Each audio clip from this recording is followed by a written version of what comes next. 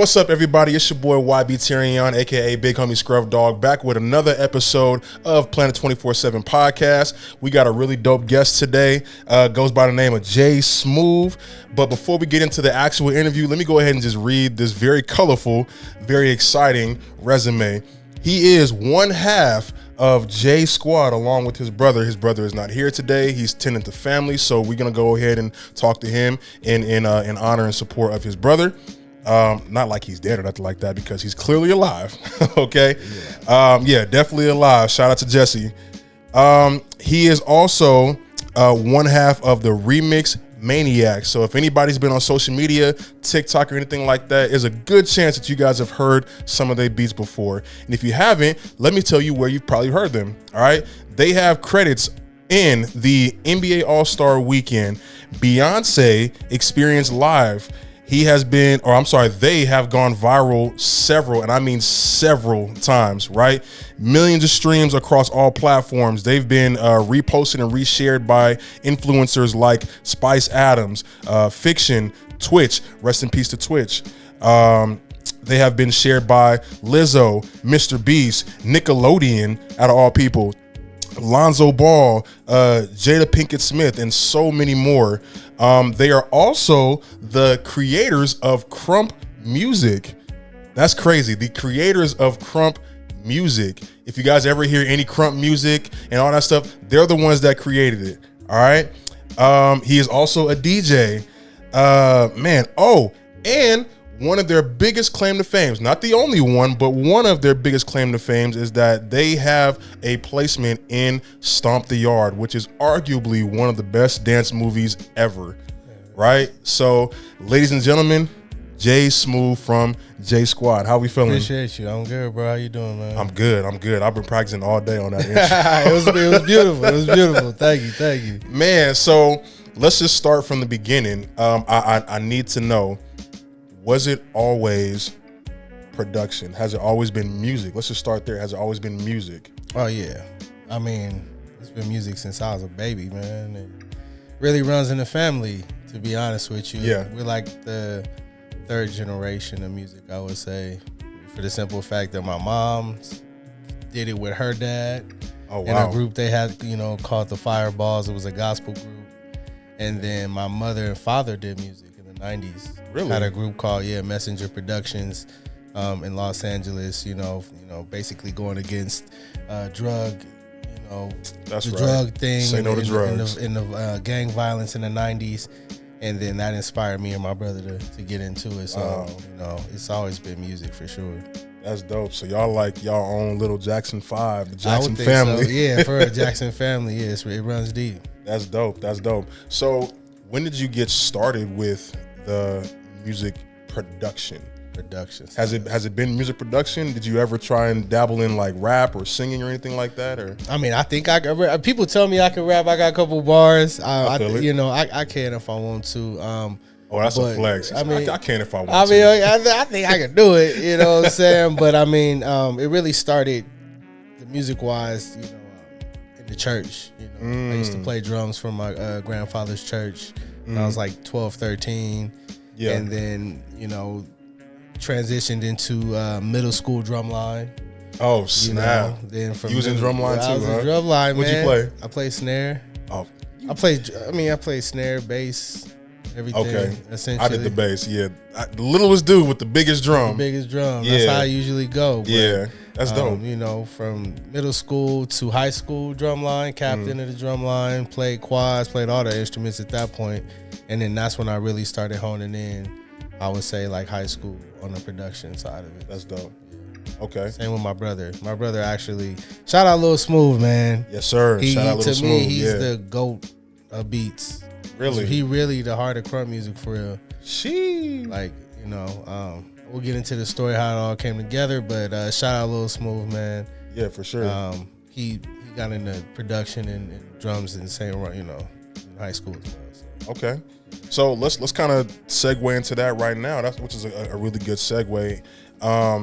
So I know that I mentioned that you guys were a duo. You guys are a duo now. Has it always been a duo, or was it like he started first and then you jumped in, or you started first and then he jumped in? So how did that come about?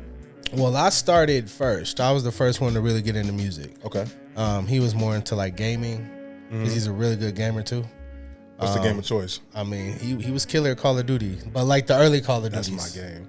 The earliest Call of Duty is basically 007. Yeah, I mean, but not, I mean, yeah, that was the GoldenEye, you know what I'm saying? But we was playing GoldenEye and Halo and all that, but like he was really nice on you know, the Call of Duty and in the video gaming, but I've always been in music. Gotcha. So then he came on later, and then obviously my name is Jason, his name is Jesse. It just made sense to be called the J Squad at that point, and then I was curious as to where that came from. Yeah, everybody was like, where's Jason? Yeah, it makes sense now. It makes sense, you know, Jason and Jesse.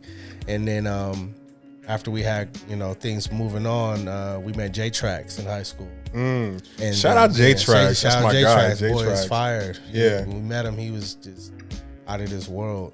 And, you know, he ended up joining the group. And then for a short period of time. So outside of you and your brother, J-Trax was the first one. He was the only one. So it was just me and Jesse as the J Squad for a while, and then we had actually went. This is a quick story. We actually went against him in another group called Unbeatables in high school. Yeah, and there was a little beat battle, and then you know they kind of left him hanging. They didn't show up for the battle, and then we was just like, well, your name is John. Yeah. Why not come and join the J Squad? Yeah, you know, so that's dope. He did a lot of work with us in a short period of time. He was a member of the J Squad, but for the vast majority of what we've done, it's just been me and my brother with my mom as the executive producer, manager type job. That's crazy. That's crazy. You went to high school out here? Yep, AV High School, class of 05, Lopes. AV, no. Come on, bro. We was the most lit as high school, bro. No. Y'all the most ratchet high school. That's what I'm telling you. We was lit, bro. What you mean? Yeah, everything right. Yeah, y'all was something else. Half of y'all is in prison right now. Damn. That's a sad. Let's just call it what it is. Half of y'all in prison right now. It's okay because half the people that went to my school right now was teen pregnancies. So don't worry about it. Yeah, I went to Highland. So yeah. We ain't even got to go there. So Crump music. How did that come about? Like, how did you? Because to me, it's like, it still blows my mind as a Crump producer myself. Like, how did y'all even come up with the idea of Crump music? Yeah. So I'd have to touch on how I even got into Crump. Okay. You know, for the simple fact of, you know, I was a clown dancer, like fresh into high school. Met the homie Andrew Lott, who was clown dancing with a group called Unpredictable Clowns that was created and ran by Ruben Dodds, aka Rapture, and his shout out to Rap. Mama TT. They ran that group, and you know I was trash, but I got in. I respect the honesty. Yeah, I was. Listen, I respect the honesty for sure. Yeah, they took me in like I was family, and we ended up becoming family. So, not too far after that, maybe a few years, but I think around 03 is when we first all saw Crump. And from that point on, I was like into production at that time. It just came to my mind, like, man, would it be dope to make music for this dance? And then at that point, you know, started conversing with my mom, my brother. And my brother got a hold of it, and it was a rap. We had beats going on for high school assemblies. That's crazy. Because, you know, we obviously couldn't be dancing to Cassidy and all them crazy Busta songs Rhymes, and Busta Rhymes at high school assemblies. So that really is what kind of cultivated the sound of like, well, let's make something we can dance to. So let me get this straight. Before you guys came around and were actually creating the sound of Crump, you guys were strictly dancing to, you know, MOP, Busta Rhymes and stuff like Dipset. that. Dipset, yeah. Wow. That's what it was. That was the sound for the movement. Wow. Until that point of where we was like, no, let's do something completely original. Yeah. Embody the dance into music form. And then my brother, he can dance if he want to. Yeah. But he ain't never been a dancer for real. Gotcha. But he's so talented to where he can just make anything pretty much. If he has the idea, feel for it, he can materialize it. Yeah. You know, and then during that time as well is when J-Trax was around as well. So in those early days of Crump music, he had his input as well, and we all just kind of really molded those early Crump beats together. That's fire. for those that don't know, I was actually explaining to him before the podcast started. This is like a whole full circle moment for me, because in high school, I was in high school freshman 05, and then I graduated 09, and I'm listening to the Rugrats that you got, you know, dun dun dun, boom boom boom boom. You know what I mean? Dancing to that, dancing to, you guys did SpongeBob, you guys did, I mean, so many remixes. So to be sitting here next to the person that I was dancing to is mind blowing right now. That's, you know what I'm saying? Bro. Yeah. And it's so crazy. So what would you say at that time was like your biggest hit, if you will? In the earlier days? In the early days, yeah. Well, if you were like inside the Crump movement, I think we had hits on both sides. So like the remix side, once we started flipping remixes, it was things like Rugrats. It might be Rugrats might have been the biggest Crump remix. But things like Family Guy, I mean, we was touching on all type of different theme shows and TV shows and movies at that time. So I say outside of that, that's the one that people like, man, I remember the Rugrats remix, Crump remix. Yeah. And then if you were in the movement, it might have been anything from during those early times, probably the Slayer Slaughters had an anthem. I mean, our biggest song to date is obviously Hall of Fame from Stomp The Yard. That's the most streamed, biggest Crump song of all time. Yeah. But we had a lot, you know. You would have to be a real OG to kind of know some of them. Yeah. Because I am not. Yeah, I mean, you know, I will never claim to be an but no, it was some Superbuck. That was the one that was in the Beyonce. Yeah. That was in the Beyonce thing, Superbuck, and the Rampage anthem. Shout out to J Tracks. He made the Rampage anthem. Wow. And, you know, it's a lot of real what's the word I want to say? It's a lot of real songs that you would only know if you were in the first. You were like there. Few years of Crump in the AV that we would say is the biggest ones to us. Obviously, Hall of Fame being the biggest, but you know, those remixes as well. So. That's dope. Would you say that you have faced any type of obstacle? Because again, from my perspective, being an innovator, in other words, being the first to do anything, right? You're gonna be met with a lot of backlash, right? Steve Jobs is like, we're gonna take this camera, this flashlight, this calendar, and put it in one device, and people was like, huh? Yeah. You gonna do what? You know what I'm saying? Matter of fact, something as simple as bottled water was a foreign concept. You know what I'm saying? Like, we're gonna take water and put it in a bottle and sell it to everybody. It's like, bruh. So with you guys being J Squad, and you're taking, like I said, Rugrats, and you said, you know, different theme songs from different TV shows, were you guys met with any backlash? It's like, man, this is corny. Like, what y'all doing? I wouldn't really say we were met with backlash in as far as from the consumer standpoint. A lot of people just loved the music. They thought it was creative. It was unique. What I would say is when we started pushing the music at Crump Arena, you know, it was exclusively our music at Crump Arenas.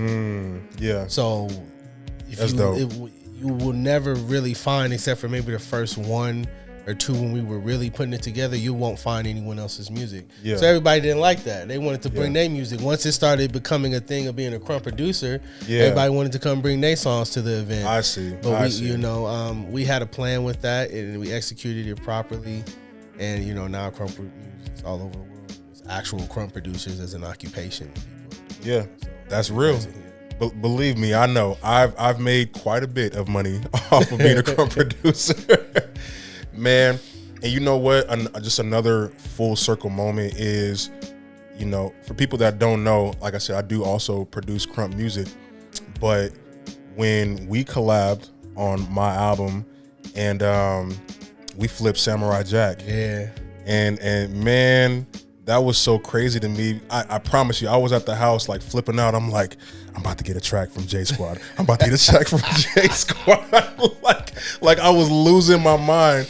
And you know, like when I'm in the middle of it, I don't really be thinking about it. But after the fact, I'm like, I got a track with J Squad. Like this is crazy. You know what I'm saying? But we're going to take a quick breather. We're going to get back to more of the interview. YB Terrion, J Smoove. Come right back. We got a lot more coming on Planet 24/7 podcast. So see y'all in a second. We're not the same.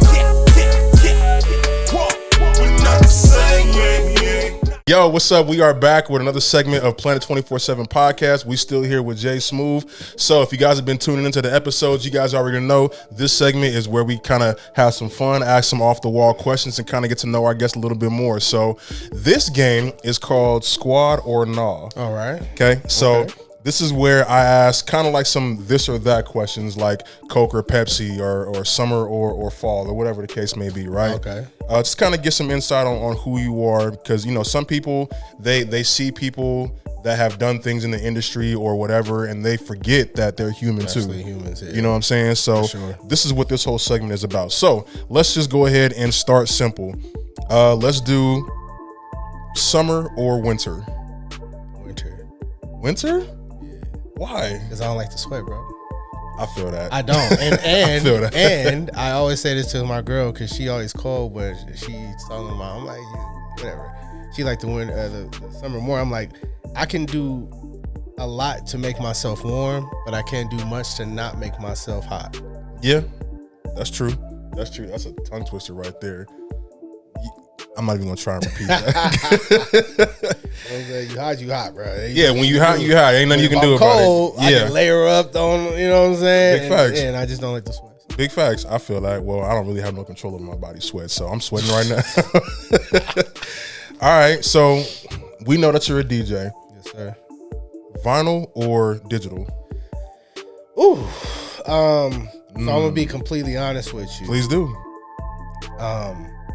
I haven't had the opportunity to really dabble with vinyl as much as I want to, because I understand that is the epitome of being a turntablist. Correct. That is the highest you can really get as far as being a real true hip hop DJ. Yeah, the final form of it. Yeah. But when I got a chance to really get into it, you know, I started off DJing just with a laptop.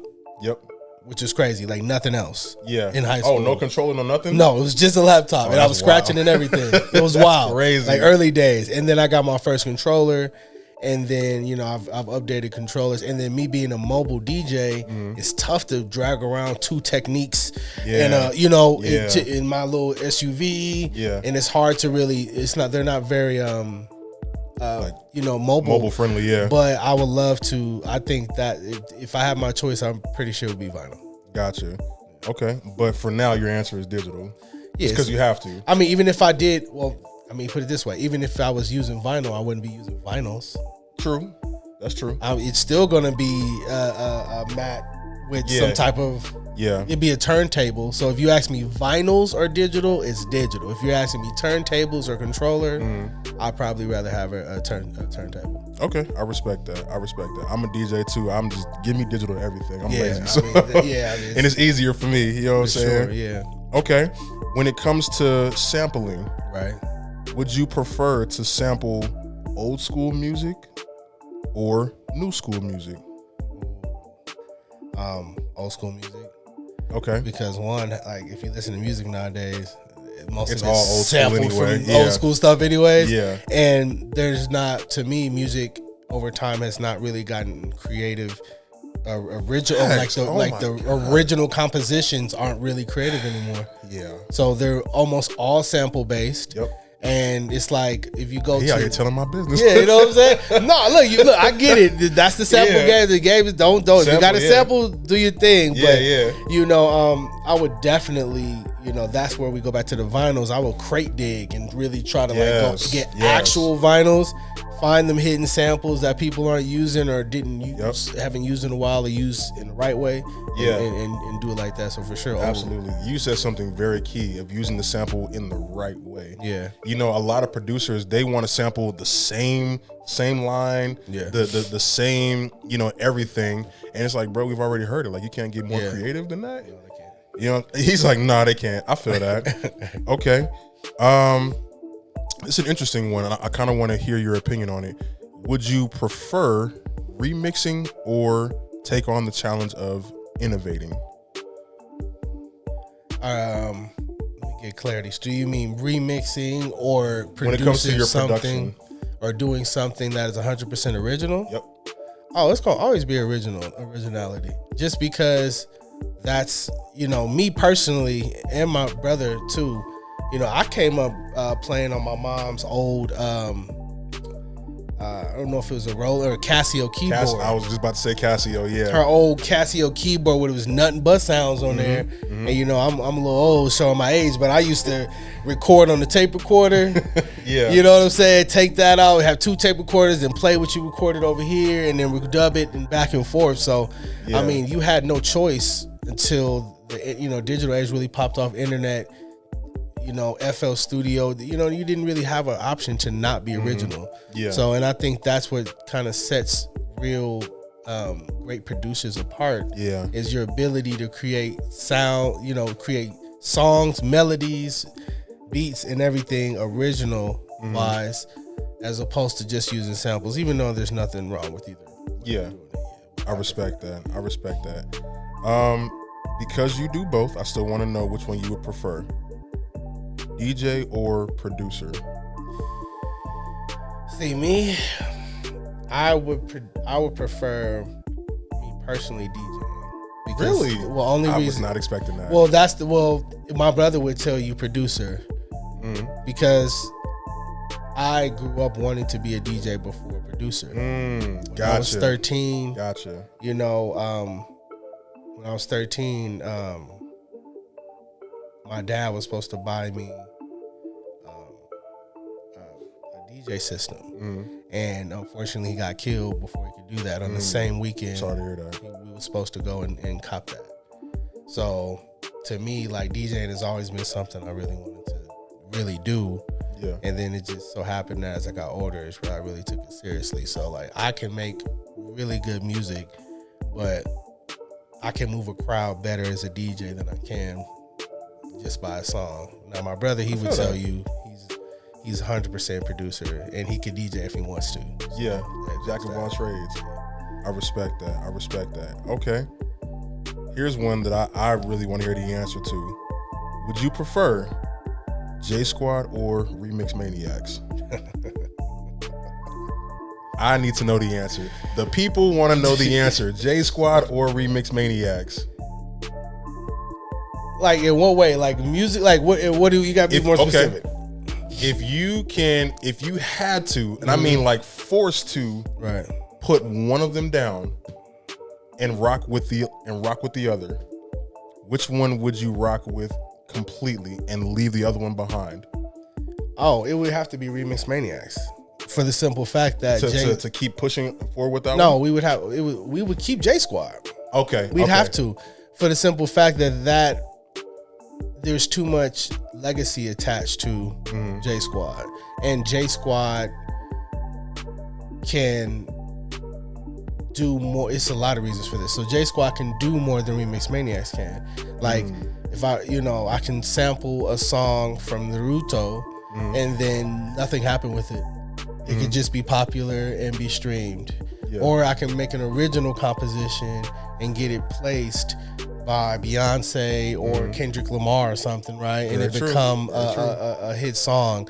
And then there's the legacy that's already been built within J Squad in the Crump world. And to keep it real, everyone that knows Remix Maniacs and has heard a song has heard the J Squad signature. Yep. We made it a point to make them synonymous in a way. So although we love remixing and it's been like an intricate part of what we've done, we would for sure rock with the J Squad brand, for sure. That deserves some snaps. That was a damn good answer. Thank you, sir. Damn good answer. Wasn't expecting that one, but after hearing your explanation, it makes perfect sense. Okay. Since you brought it up, and by the time this podcast airs, the whole thing will probably be over already. Okay. I still want to know. All right. You Drake or K-Dot? Oh, Drizzy. I need you to Drizzy leave. Drake. I need you to leave. Drizzy Drake, Six God, Champagne Poppy, No Diddy. All day is why? I need to know why. I need some. Give me some context. I need to know why. So I'm from the West. I was born in South Central. Okay. I've been out here, but I'm really a LA baby. And of course, I'm a rock with Kendrick. Okay. Okay. I'm I like conscious rap. Okay. I'm waiting for the but. Okay. But I have been listening to Drake since before he even became famous in his early mixtape days, since Brand New came out and everybody thought he was a singing R&B artist. So this is the early 2000s. And if you're asking, are you asking me, okay, now let me clarify this. Are you asking me whose music do I prefer, whose style I prefer, or in this battle that they got going Considering the fact that as we are filming this right now, there's a whole battle going on. Yes. Whose side are you taking? Kendrick's losing right now. So, first of all, like if you want to touch on it, he's losing. We're still waiting. You gotta understand the strategy behind it. Nobody understood Drake's strategy. They was on his neck for the 2 weeks it took him to respond. I hope you respond so you don't make me look bad, Bro, right now. I'm just saying, like, it's different. Like, I think that obviously the big three, which is what this whole thing is over, they're all amazing lyricists. Facts. So let me just put that on the table. Can't take nothing away from any of them. From neither of them. None of it's them. just that if you're gonna ask me, you know, who I'm picking in this side, I have to go after Drizzy. Not to mention he got like the entire Avengers and the, you know, he got everybody on his line right now. It gotta make him that guy, man. It do. I don't know, man. We'll see. I love, listen, like just like you said, I give credit to the big three, alleged big three, maybe big two, but you know, I'm West Coast till I die. You know what I mean? I'm you know, I love the consciousness. I love the graffiti and just the ruggedness of the culture. I love it, and I love what he did. Kendrick, he's good at. Let me go ahead and just piss y'all off real quick, and then go back over here. Yeah. Because it's like, you got to think about it. It's like he does it on purpose. Yeah. You know what I'm saying? It's like, I mean, at this point in music, Drake can't let anybody like Kendrick try to diminish what he does in music. You know, when Meek said what he said, he felt like he had to respond back to Meek. He didn't feel like he had to respond back to Pusha T, because in reality, Pusha T can't do nothing with him. He felt like Kendrick can do something to his credibility and his stance in hip hop. Yeah. So he came and did what he did on the same back-to-back tip he did with Meek. And, you know, I mean, we're going to see what happens. Oh, man. Sorry. K-Dot, listen, as a big fan of your music and just what you've created in music, please don't let me down. I'm rooting for you. There's a lot of people, not just on the West Coast, but everywhere that's rooting for you. Please don't let us down so we can shut him up. Because I want to see him come. I love it. It's good for hip hop. Oh, big facts. And I'm a big Kendrick fan. While I'm saying all this about Drake, I love Kendrick's music. And I'm glad you brought that up. This is not to say that I'm hating on Drake, because I'm not. I love some of my favorite songs came from Drake. You know what I'm saying? But as far as the battle is concerned, I got man, over you. I'm sorry. Oh my goodness. On that note, we're gonna take a freaking break. YB Terrion, J Smoove. We'll be right back with Planet 24/7 podcast. We're not the same. We're not the same. And we are back with Planet 24/7 podcast. We still here with my man's J Smoove. Yes, sir. As you guys already know, this is the part of the conversation where we start getting more intricate and more in detail with how the mind thinks, how he thinks, and how they feel. You know, we have a lot of guests on here that have done some amazing things on the podcast. I'm sorry, in their career. But, you know, the whole point of the podcast is to kind of dive deeper and see how the person actually thinks, and you know, how do they maneuver from one situation to the next, you know what I mean? So let's go ahead and just jump into it, man. You had mentioned Stomp The Yard. which again is arguably one of the greatest dance movies of all time. You know, we got all the Bring It Ons, all the Step Ups. We got Honey. You know what I mean? We got You Got Serve and so many more. How did Stomp the Yard come about? Like, how did that? Because that's such an amazing accomplishment. How did you guys get that? Oh man, so that came about through my guy Lil C. Shout out Lil C, one of the creators of Crump. That's Unc right there. So he was working.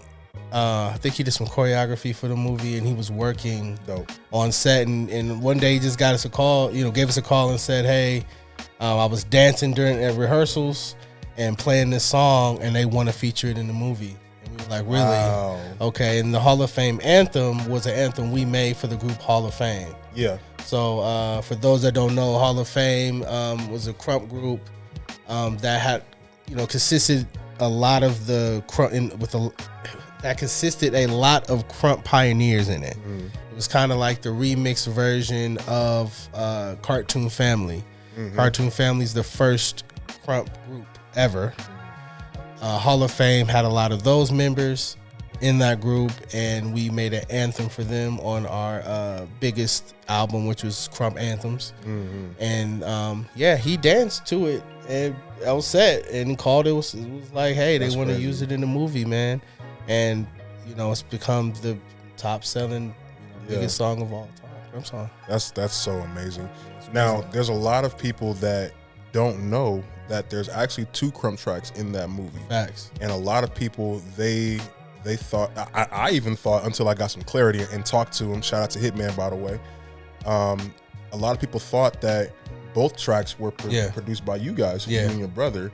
But if you can go ahead and set the record straight on the podcast. Yes, I'm going to set the record straight for the 40th time here, and then I'm going to do it again on our podcast that's coming. Yeah. There are 2 songs that are in Stomp the Yard. The first one that you hear is called TTB's Anthem. That is made by Hitman, a.k.a. Traximus. Yes, Hitman. Our song is the song at the end, at the victory song, after he slides on his head and all the people are crumping. It's the Hall of Fame song. It's the victory song for the Thetas. That is our song. Everybody thought we made that song because during this time in Crump music, we were the dominant voice of Crump music. There was really nobody else doing it until the Must Boys came along, until Traximus, Roximus, Soulfamus.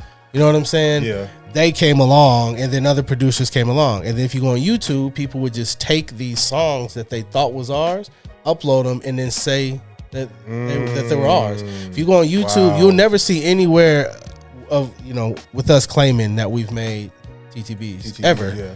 In fact, we always try to correct people because I get tired of getting tagged and stuff.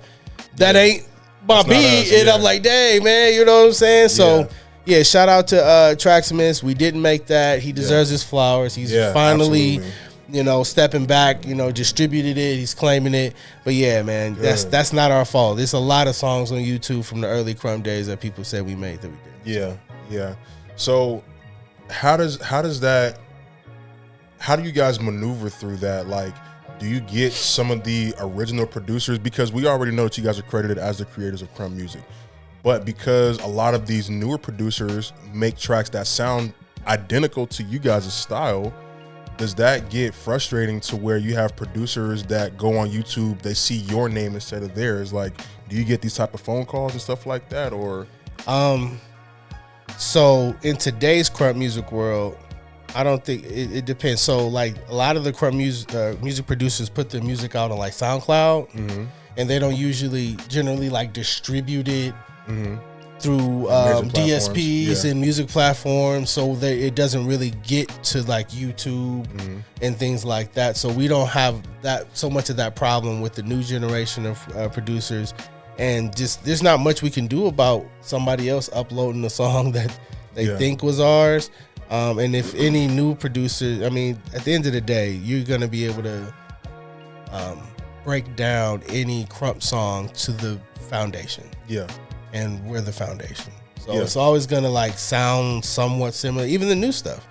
It's just there's basics, there's guidelines to do this, and it's evolved to a point right now that we're so proud of. We're like, man, this ain't nothing like it don't sound anything really like our old styles, but if you break it down, it's gonna sound like either the Must Boys, who are responsible for the underground sound of crump music. Yeah. It's like, the Apple Android, the Yiggy, they're to me the opposite side of the spectrum. And then you have our style, which is the liveness, energetic style of crump music. Yeah. And then before us, it's either gonna sound like us or it's gonna sound like something Busta Rhymes would have made, or Dipset would have made, Cassidy, 50 Cent, all them East Coast artists. So it's not much we can do.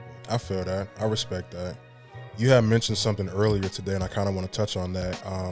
You had mentioned the loss of your father, and because I lost mine too, a few years ago. And my question to you is, because I know, or from what you said, that your whole family was into music, grandparents, your parents, you and your brother. How did that affect you? And if it did, how did that affect you of you losing your dad, as far as your music? That, it definitely affected us in a major way. I would say that it was really an opportunity to use it as an outlet, in a way to release that trauma and pain. Yeah. My brother really, we all take things in different ways. Every human, and we don't deal with grief in the same way, but it was for sure a way for him to release any anger or sadness into the music, and it's me as well. You know what I'm saying? Like, it definitely impacted us, and I think that it gave us something to strive towards, because like I said, him and my mom did it, and they never really they did some great things back in the 90s. You know what I'm saying? They had a song on 100.3, whatever, 92.3, I'm sorry, back in the day when it was the old radio station, a Lakers song, and they was doing things in the community, but they never got a chance to really get that success they wanted. We're trying to fulfill that legacy as well, and we've had some success, and we want to, you got more than some. We've had some, but we feel like there's still another place for us to go. Facts. And another level Facts. To reach. So, I definitely, it did, for sure impacted us. I understand that. Again, my condolences to you and your fam. And for the record, shout out Mama Smoove too. Oh yeah, I absolutely adore your mom. She's so dope. Shout out, Mom. I remember the first day I met her. She came up to me, and because this was right after my battle, and she was like, "Oh, you did such an amazing job." I'm like, "Thank you." She was like, "Do you even know who I am?" I'm like, "Nah, I don't know who you are." And she was like, "I'm Mama Smoove." I'm like, "Mama Smoove?" She was like, "Yeah, I'm J Squad's mom." I'm like, "Oh!" And so she was like, "You want my autograph now?" I'm like, "Yeah, I want your autograph." So that was a dope moment too, man. So shout out to Mama Smoove too. And ever since I met her, every single time I see her, I feel like I'm one of her kids. You know what I mean? It's so dope, man. She's a huge part of Crump in this city, and if without her, none of this stuff would have cracked, man. Like my mom's is the ones that put the money up. This is crazy, Bill. I am on FaceTime. I'm literally in the middle of a podcast with Prodigy from J Squad. I'm literally filming right now. He said squad. Did they? Yo, what up? I'm literally in the middle of a podcast interview right now.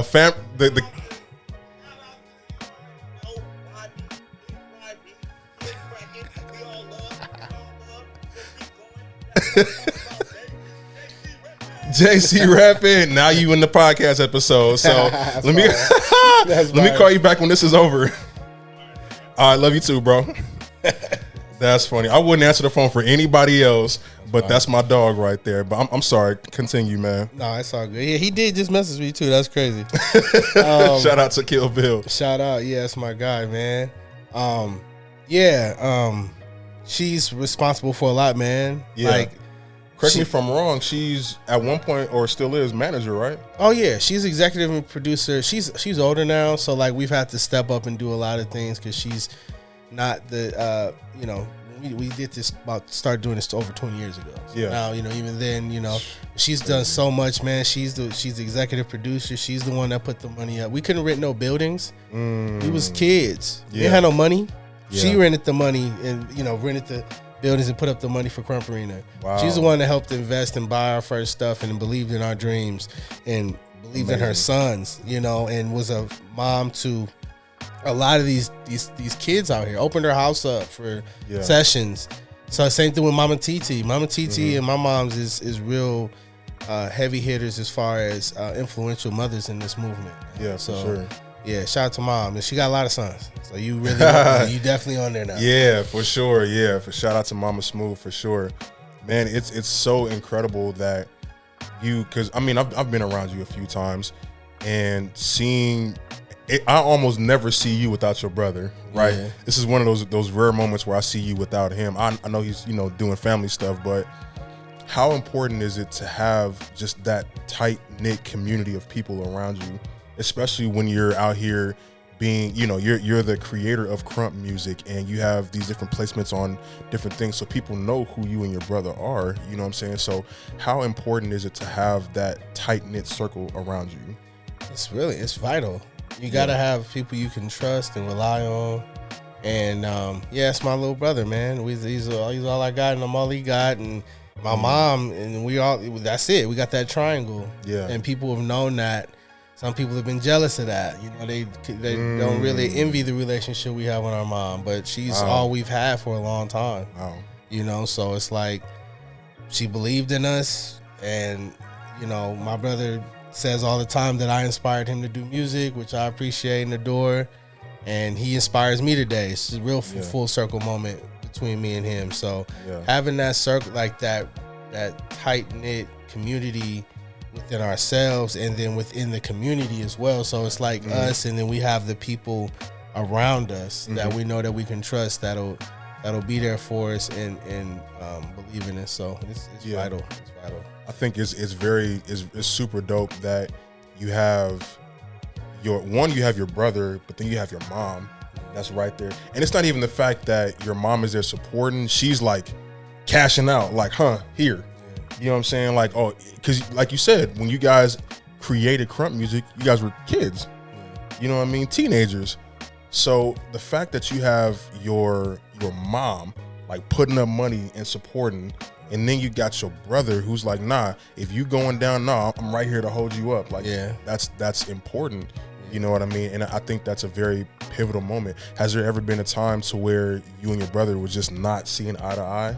Yeah, we brothers. Listen, because some people they put it on social media like they got this fairy tale relationship with their family. You know what I'm saying? But you know what I'm saying. So so he's 11. I'm 11 months. 11 months and a year and 11 months older than him. So say 2 years. I don't even know why I say that. But he's still my little brother, man, and there's things we don't agree on all the time, but we are old enough now to work through them. And in the early days, my mom wasn't having it. So like she was the one that was like, this is what it is. Yeah. You can give your opinion, but this is what it is. So now that we're older and mature, we're able to come to an understanding of like, this is what is the best for us as a family. And the family business is tough. Yeah. We got a real business and we really a family. So, a lot of times that don't work out.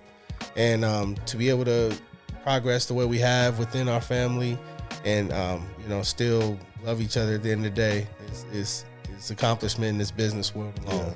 So that's my bro. I love that, man. That's beautiful. So here's my last question, because like I said, every podcast, the whole purpose of the podcast is to motivate, inspire, encourage, and I want to give people an inside look of who each guest is, but I also want to encourage them, never give up, never quit on your dreams, never quit on yourself. You know what I mean?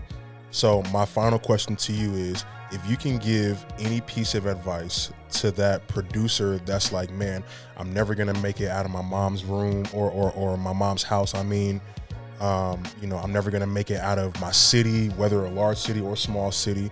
What piece of advice would you give to someone that is on the brink of giving up and just quitting everything? Persistence overcomes resistance. So I would say persistence overcomes resistance. And wow, that's good. A lot of times when you're at the point of quitting, just a little bit beyond that is really your breakthrough. Come on. So like you'll feel like, all right, I'm done. And then that, that'll be it. There's a story that's goes something, I think like 6 feet from gold, where a gold miner was mining for gold, and he just kept going, and he stopped 6 feet away from gold, and then somebody came back in with knowledge of fault mines and took the equipment and dug 6 feet and found the gold. So you never really want to quit. If you believe in what you do and you love it and you're passionate about it, keep going, because we started out with absolutely nothing, no real bread. Mom's putting up rent money to start Crump Arena. And from that, burning CDs and selling them and shipping them across the world, we built that name from dirt and have been through a lot as a family. But we always knew where we wanted to go, and we always saw that vision. And although you may feel like quitting, there's times I feel like quitting now. I'm like, damn, man. For real? You know what I'm saying? I'll be like, man, I'm cool.